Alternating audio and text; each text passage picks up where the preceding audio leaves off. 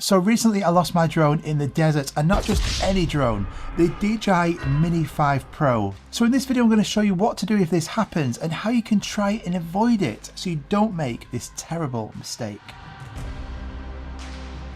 So nobody wants to lose or crash their drone, especially a Mini 5 Pro. So I'm going to show you exactly what happened, and hopefully you'll get some information and knowledge out of this video as well of what to do when things go wrong, and say you lose your drone, exactly how to try and recover it. Let's get into it. Now you'll notice that even though I've been flying drones for a number of years, we always get a little bit careless, make mistakes, and this certainly is one of those examples of it. So don't come at me in the comments. I know there is quite a few errors here and I should know better, blah, blah, blah, blah, blah. We're all human, we all make mistakes. So let's get into what exactly happened. Now, in this area, I naturally wanted to get as many photos and videos because it's just stunning. Really nice landscapes, not just here, but different parts of the island as well. So the first error I made was concentrating too much on the lighting conditions. We're approaching golden hour. I didn't have much time to film in this area. The sun sets really early, so I was focusing more on rushing to get these shots. So when I actually got the drone in the air, once it was in the air, I noticed that I only had 3 bars on the actual drone,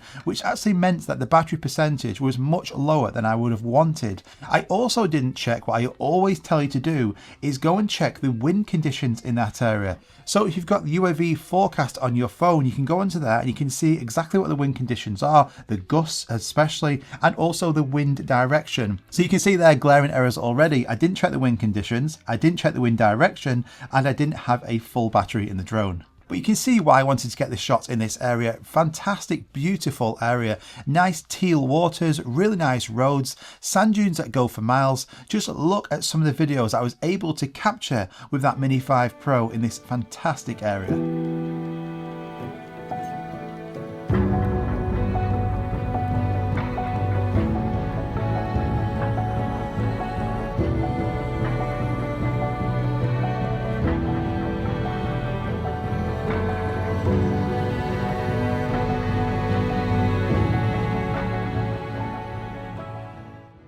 Now, a habit you want to get into is, even though you're concentrating on getting as many photos and videos, you're probably rushing if you're in a situation like this.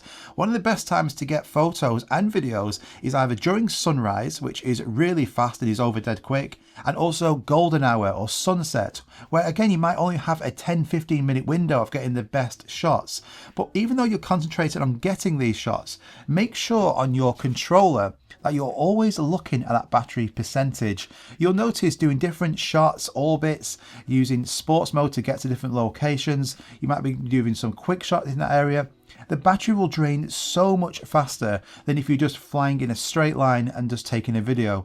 So always actually keep checking that. Now, an issue which I did have in this area, and I've mentioned this so many times, is I was using the RC2 controller. I'm not excusing this at all, but it's something to note. If you're using this controller in bright conditions where you don't have access to shade or go and actually hide behind like a tree or something like that, as soon as the sun is on this controller, it is pretty hard to see it. So most of the time with this controller, I use like a sunshade or I try and find a shaded area.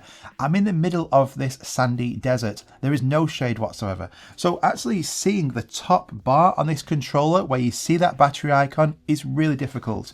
Now, normally I would have the RC Pro 2 controller with me, which has 2000 nits of brightness, and this would be a different story. You can see things on here really clearly, even in bright conditions. But because I took this controller, because I was flying the DJI Neo 2, I didn't. That's one of those things. And I mentioned this in a recent video about 10 mistakes beginners make, and I'm not a beginner, but I made this mistake as well, and I get into a habit of doing this, so I'm going to stop. This is going to be my New Year's resolution.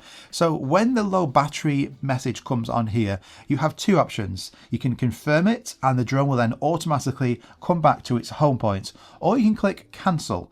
Now, I have got into a bad habit recently of clicking cancel. So I want to get as many photos and videos on that one battery. So it might mean by the time I get the drone back to me, it's under 10%, which I do not recommend. As soon as that low battery message comes on, just hit yes, get it back to you. And then if you find you've got the drone back to you and it's still got, say, 25% of battery life, then just in the area that you're in, you might see something and get some shots there. But don't get into a habit like I have of clicking cancel on that low battery return to home message, because then you don't get another opportunity. It'd be like, right, you're on your own. And then you'll notice that your battery's getting really low and you're like, oh, hang on, I need to get it back now. And this is where the problems happen. So what actually went wrong? Well, before I tell you about that, photos and videos on this drone, you've seen the videos, how good they look in this area, absolutely stunning. But I also take loads of photos. But how you can actually edit these photos to look better, this is where I use today's sponsor, which is Luminar Neo. This is perfect for beginners. Now, editing your drone photos is not easy, but they have everything based on sliders. So you have this slider here, and this is the enhanced AI slider. And literally in one slider, this changes the saturation, the contrast, the exposure, the highlights and the shadows. So you can literally just move this up and look at the difference there already. We can also change the sky. So say you get quite a overcast or not a great sky, you can use one of the built-in skies that are on this application and do a free sky replacement. You can then go and change the watercolor. There's loads of different effects on here that you can do all via sliders. So if we look at the before of this shot in this fantastic area, and look at the after, and that took me literally 1 minute. I've done several videos on this about how it is so easy to edit your drone photos. So you can get this application on your iPhone, Android, Mac, Windows, even the Apple Vision Pro. And this is a great time to get it because they've got this massive holiday sale that's on right now. And you can get Luminar Neo as a lifetime plan, so there's no recurring costs. And you can also get an extra 10% off that price if you use the discount code DMPRO10. So a fantastic application, go and check it out. Now let's get back into that video. So what went wrong? Well, because the drone battery was pretty low and because I didn't check those wind conditions, when the drone was coming back to me, it was then facing a headwind. So because it's fighting that wind more, the drone battery is having to work harder, which meant it was draining faster as well. Just say, for instance, you're thinking, right, there's no chance that this drone is going to be able to get back to me because of those strong winds. What you want to do is look in that area for a safe place to actually land the drone, and then you can go and recover it yourself. So this would be maybe the side of a road, it could be a path, on a park, on a field, on like quite what looks like a drier area, something like that. But in this area, I was in a sandy desert, so everything looked the same. There wasn't an ideal place to actually land. The only benefit was there was no water, so it could be recovered quite easily, but difficult in the same way. Now the trouble is because that battery was so low, eventually it just goes into a forced landing, and it did so. So the only thing I could do, because I knew it wouldn't be able to get back to me, was to try and line it up with something. So you can see this hotel in the distance, so I wanted it to line up with that. The drone landed, but I didn't get any error messages on to say it's like had an impact or the propellers are jammed. So I've just thought it's done like a really nice soft landing over the sand. And now it comes to the recovery. So normally what would happen in this situation, your drone would actually still be turned on, you would have some battery life, and then if you go into your controller, and then on your controller you hit profile and you click on find my drone. And what this will do is it'll show you the drone's last location, but also you can click on the bottom left hand corner and it will say start flashing and beeping. And then the drone will play this loud audible sound and all the lights start flashing, which makes it easier to find it when you're in that area looking for it because it's playing this sound. Now the problem I had, because the drone battery was so low, as soon as it's landed, it's basically just turned off. So it didn't have any power to start flashing and beeping, which meant that option was gone. So the only option I had was to look in that area where I thought it was lined up for the hotel and start hunting. But the problem is that we are in this sandy desert. Everything looks the same. Trying to find this in sand, where the only thing you've got that looks a bit different is a few like shrubs or bushes, it's like a needle in a haystack. So I looked around this area for about an hour and it was so difficult to find this. Now you can replay on your controller the last 10 seconds of that drone flight and it shows you where it's landed, which is actually really handy for trying to visualize where it could be. Now that would be great if it landed next to, say, a white building and you'd be like, oh, it's next to that building over there, let's walk to that direction. This landed, as you can see on the screen, just on the sand next to this hedge, and in this area there was probably about 1,000 of them. Now after over an hour of searching, my controller battery was now getting low, so I just thought, I'm just going to give up. So as I was walking back to the car, I started then getting messages through my phone because I didn't have a signal on my phone either in this location.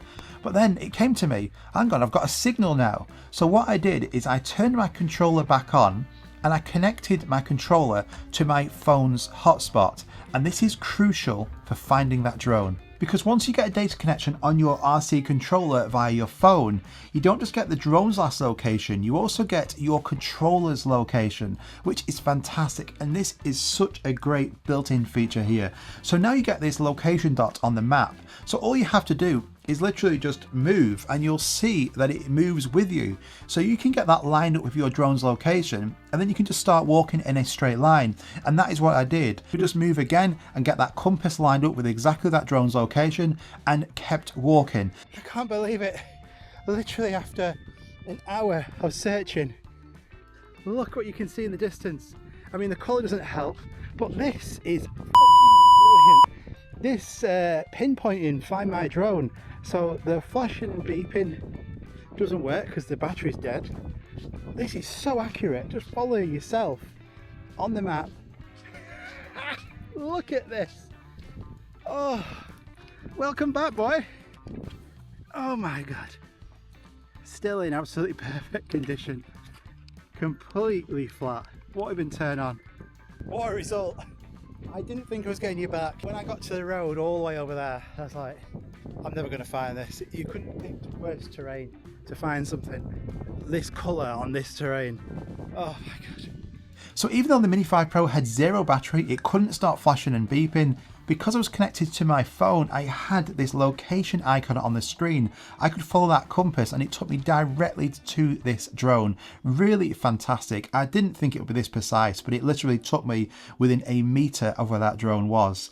Now, always actually when you're recovering this drone, make sure it's safe to do so. Just remember, it is just a drone. Don't risk it. If it got dark, I wouldn't have been walking around in this area trying to find it. Always think about it. It's just a drone. It's not worth putting yourself in danger. But if you're in a location where you might be on this really massive field, everything looks the same, you don't really know where your drone is, just follow this. Connect to your phone, look on the Find My Drone app, and you'll see exactly your location and the drone's location. Move the controller into whichever area it looks like it's lined up and just follow that line straight to it. So even though I've been flying drones for a number of years, we all make mistakes. So I don't want this to happen to you. If it does, follow these steps and I hope you get something out of this. We can all learn from this and it shows you exactly how to recover your drone if safe to do so. So I hope you enjoyed this video. Do me a favor, hit that like button if you found it entertaining or you got some knowledge out of this. Subscribe because there's still more videos coming really soon. Now there'll hopefully be one more video from me before the new year, but if that doesn't happen, I want to take this opportunity to thank you so much for the support throughout 2025. Whether it's watching these videos, it could be buying any of these products on my website. I appreciate you so much, so thank you from the bottom of my heart, and I can't wait for 2026. But hopefully you'll get one more video of me before the end of the year. If not, I'll see you in 2026. Have a good one.